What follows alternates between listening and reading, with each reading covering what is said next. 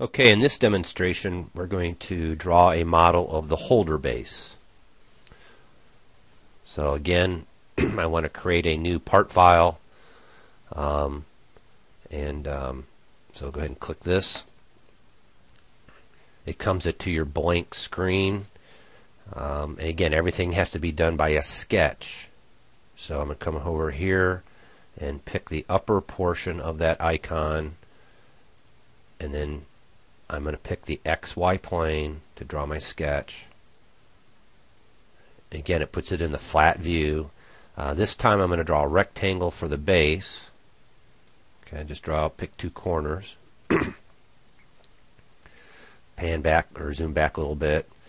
The dimension of that base looks like it's 4 inches. Again, I always dimension the longest one first, and all the other lines will update accordingly or adjust. And the width of the base here is 2.75, 2 3/4. Okay, there's my sketch. When I'm done, right mouse click.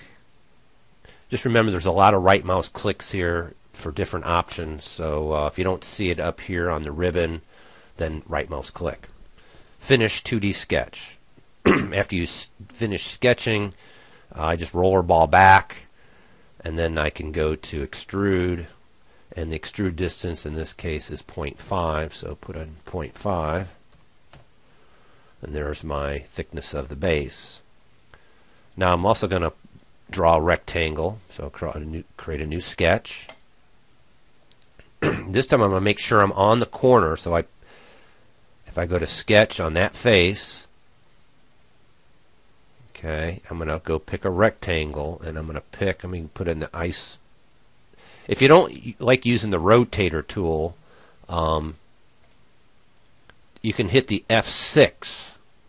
The F6 gives you an isometric view of it automatically.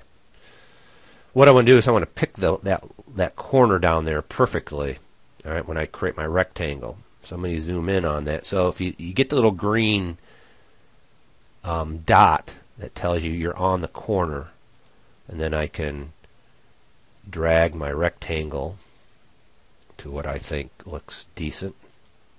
Right? And notice the blue color tells you that sketch has been constrained. It does know where it exists. The green means it does not know where it exists, so they need to be constrained with a dimension.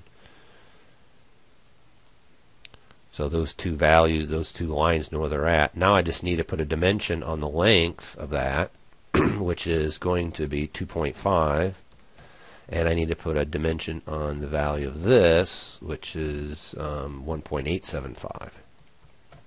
So now all 4 lines are blue, so they all are constrained.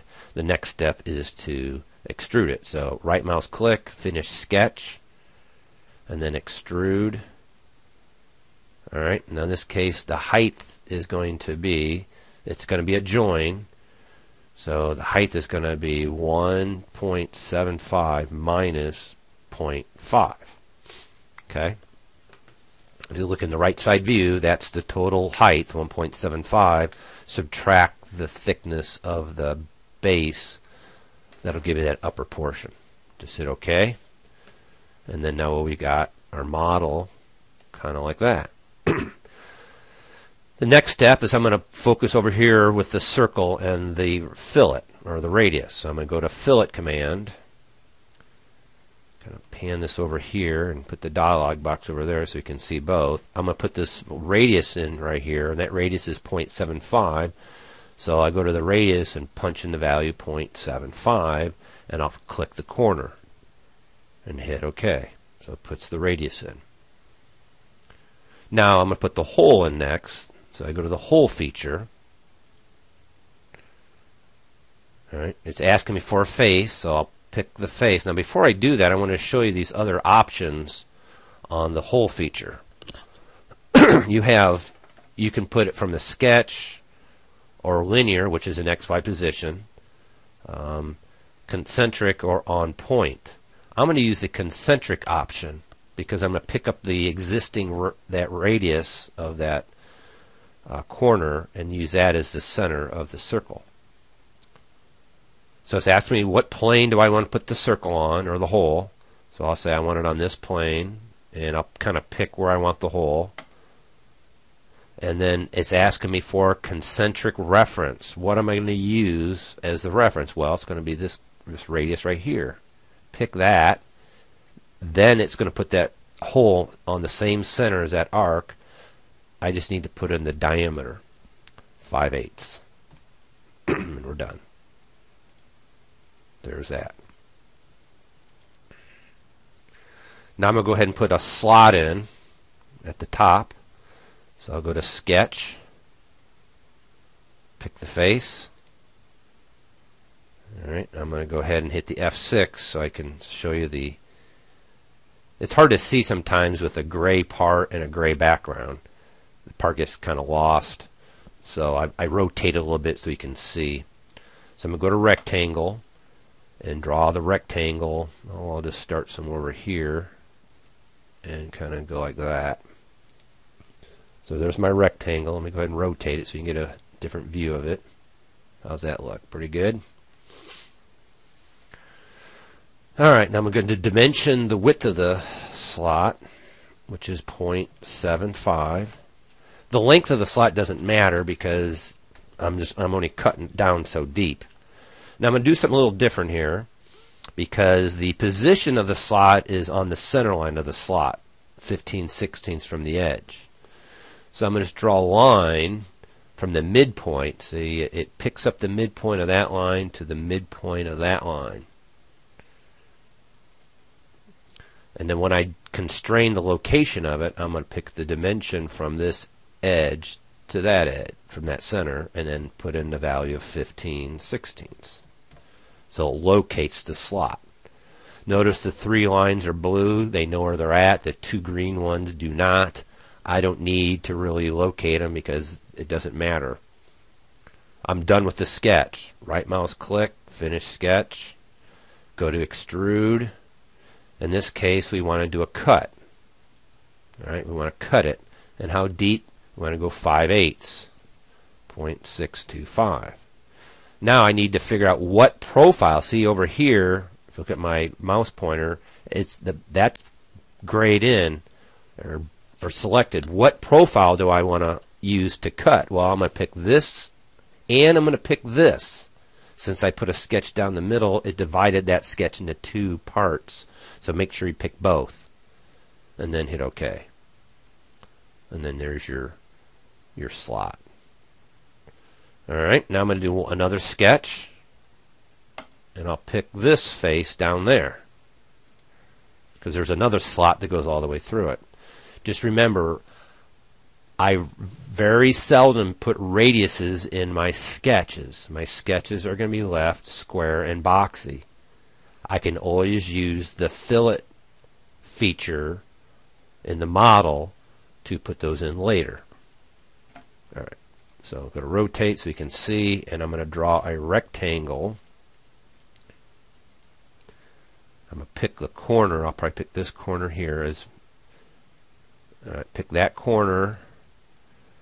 Let me zoom back, and if watch as I drag it, it pops into the other corner, and I'll just get a length somewhere. I don't know. I'm just going to eyeball the length.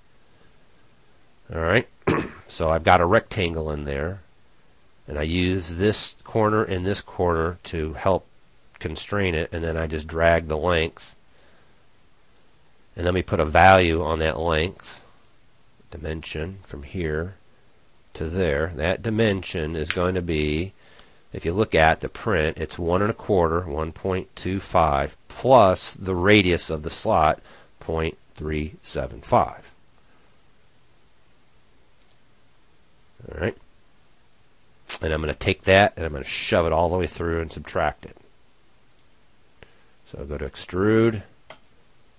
Alright, it knows what profile you want to use, so it picked it up automatically, but I want to do a cut. And my distance, I'm just going to go all, because I want the thing all the way through. There. There's my sketch. There's it cut through. Alright, now I'm going to go use the fillet command and put the radius of .375. And I'm going to pick the corner. and I'm going to pick the other corner and put the fillets in there. And there we go. I almost have a finished sketch, not quite though. The last thing you want to do on this, since this is a casting, and how do I know it's a casting? Because, well, if I look at the little isometric that was drawn for me, it's kind of shaded in. And it also has a note there. It says fillets and rounds in 1/8 inch radius. So now I'm going to go ahead and put all those little radiuses and fillets in there to make it look like a casting. So I go to my fillet command and you punch in the radius of .125. And that's what we're going to use. And I'll go ahead and pick some of the radiuses. You can do them multiple. You don't just have to do one at a time. Looks like there's one here. There's going to be one there. There's one there. And that there's one. Going to be one. Oop, not there. Let me try it again. Pick the wrong corner. Fillet. 1/8 inch. Pick here. Here. There's one here. There's one there. There's one there. I'll just put those in first. Hit apply.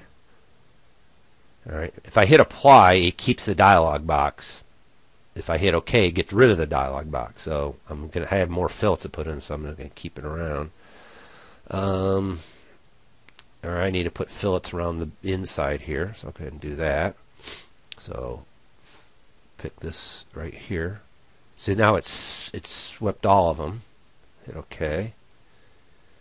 Let's see, there's this outside edge gets it. Fillet right there. Is that, no, that one, yep. Hit apply. Let's see what else gets it. That corner, that's it. I think just the top, and we're done. So just right there and right here. Apply. Yeah. The ones that don't get the fillet are the parts that have been machined. See, this bottom has been machined. If you look at the print, it has a little V. That means it's been machined. That's a machine symbol. If you look for all the little V's, those should be nice crisp edges. So the bottom has been machined. This inside has been machined. All right. So I think we got all the fillets in. I'm going to take it one step further, and I'm going to come up here where it says generic or default, and I'm going to give it a different texture. All right, so we can make it look like a casting a little more. If I go to the default and pick what kind of casting do I want? I want a black cast. All right, make it look like it's black cast. Makes it look pretty cool looking. All right, but then I'm going to take these surfaces are not cast. This bottom and where it's been machined. I'm going to turn those into a machine surface. So to do that, you go ahead and pick. You go ahead and take your mouse and pick the surface so it highlights. Then right mouse click and come down to Properties. All right, come down to Properties and change that to Machined. Go to the M, Machined 03. And hit OK. See how it makes it look like it's machined? Alright, and then I'll do the other two that way. So I'll pick this surface, hold the control down. You can pick another surface, right mouse click, Properties, type in M, and it would be really close to Machine 03. And we'll do these two more. Alright. So pick that, hold the control down, pick that, right mouse click, Properties, Machined 03. So as I go to rotate it, I think I got all the surfaces that are machined. There's your casting. Alright, so that ends our session.